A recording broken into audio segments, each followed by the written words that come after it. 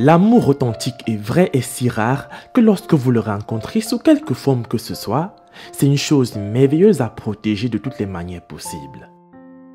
Aujourd'hui, je vous raconte l'histoire d'une femme qui s'est opposée à sa famille afin d'épouser l'homme de ses rêves.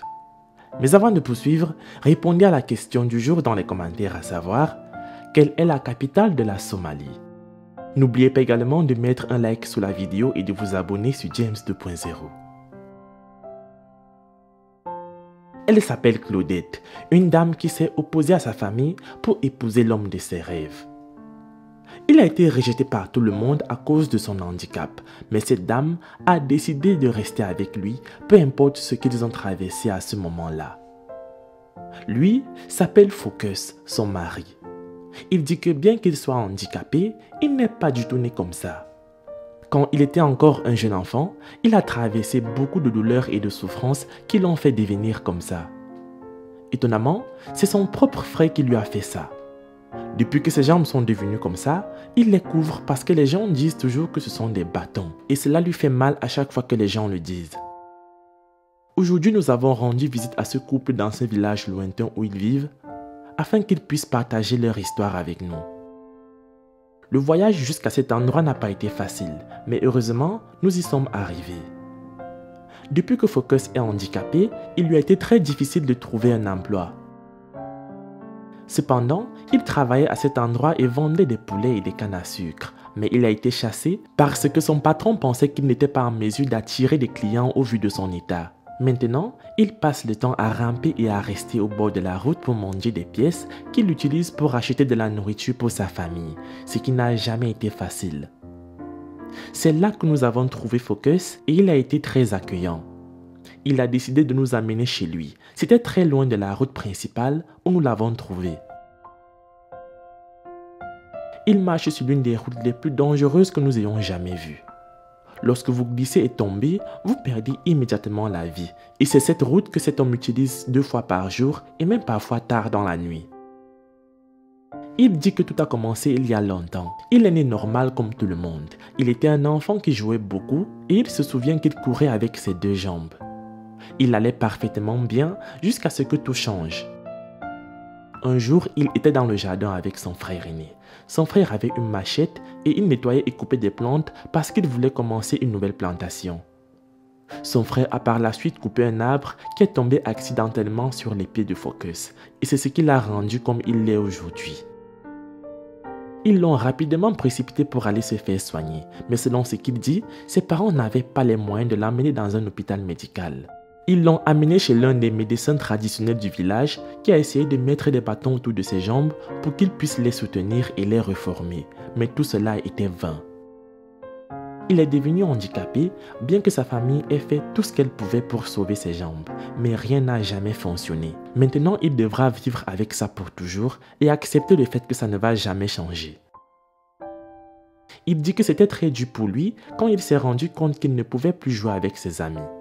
Il était un très jeune garçon, il avait encore besoin de faire tout cela, mais au fil du temps, il a finalement accepté et a appris que ce qui lui était arrivé était permanent.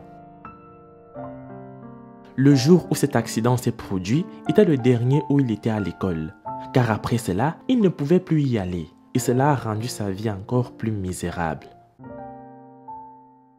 Il grandissait petit à petit et est devenu un homme prêt pour le mariage. Trouver une femme qui allait l'accepter tel qu'il était aussi un très gros problème. La plupart des filles à qui il a parlé du mariage l'ont rejeté au moment où il l'a dit. Plus tard, il est tombé sur Claudette, qu'il a également d'abord rejetée et ne voulait rien avoir à faire avec un homme handicapé.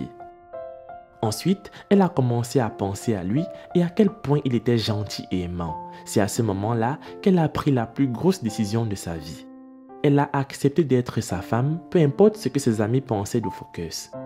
Ils se sont mariés et ils ont commencé à vivre ensemble comme mari et femme et avec beaucoup de joie. Cependant, ce n'était pas le cas pour ses parents. Un jour, ses parents sont venus lui rendre visite et ont officiellement vu son mari. Honnêtement, elle ne voulait pas leur montrer son mari, mais plus tard, elle a décidé de le faire. Et c'est à ce moment-là qu'elle a présenté Focus à sa famille. Ils l'ont tous rejeté à première vue et lui ont dit de le quitter, car il y a beaucoup d'hommes normaux dans le monde. Et en tant que famille protectrice, ils ne pensaient pas que Focus serait un mari parfait pour leur fille. Elle dit qu'elle savait que cela arriverait.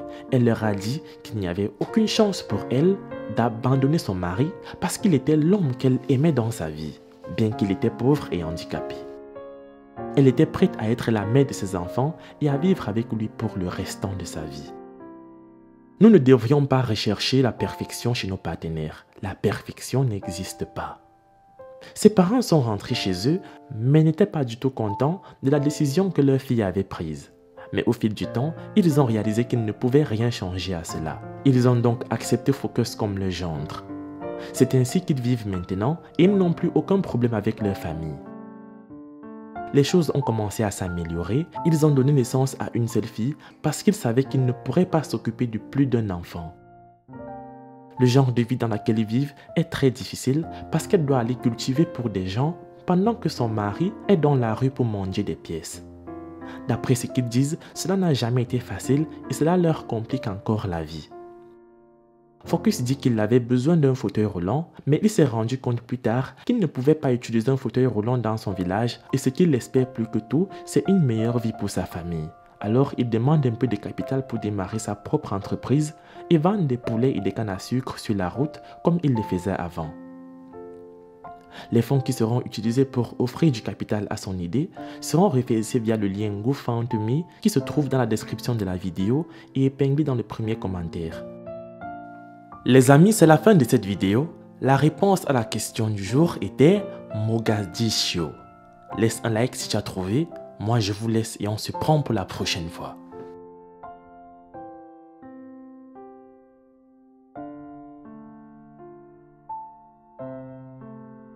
Les amis, j'espère que cette vidéo vous aura plu et surtout qu'elle vous aura touché. Parce que malgré le fait qu'on en parle tous les jours, malgré le fait qu'on sensibilise des gens dans nos sociétés en longueur de journée, il y a toujours des familles qui sont divisées. Il y a toujours des couples qui sont séparés à cause de l'intolérance. Pourquoi est-ce qu'on les met à l'écart? Pourquoi est-ce qu'on les regarde avec tant de dégoût comme s'ils n'étaient même pas des êtres humains? Pourquoi est-ce qu'on a peur de même s'approcher d'eux? Pourquoi est-ce qu'on a peur, je dirais même, de les adresser une parole, de les saluer, simplement parce qu'ils sont différents, simplement parce qu'ils ont un handicap? Moi, j'ai envie de profiter de cette communauté qui me suit pour vous dire, les amis, tendons la main à ceux qui n'en ont pas. Tendons la main à ceux qui sont différents. Aimons-les parce que ce sont nos semblables. Il ne sert à rien d'imposer vos choix à votre soeur, à votre frère ou à votre enfant, tout simplement parce qu'elle a choisi de vivre avec quelqu'un de différent. Alors, je compte sur vous pour partager cette vidéo au max. Sans oublier, comme je vous l'ai dit, abonnez-vous sur James 2.0. Moi, je vous aime et surtout, on se prend pour la prochaine fois.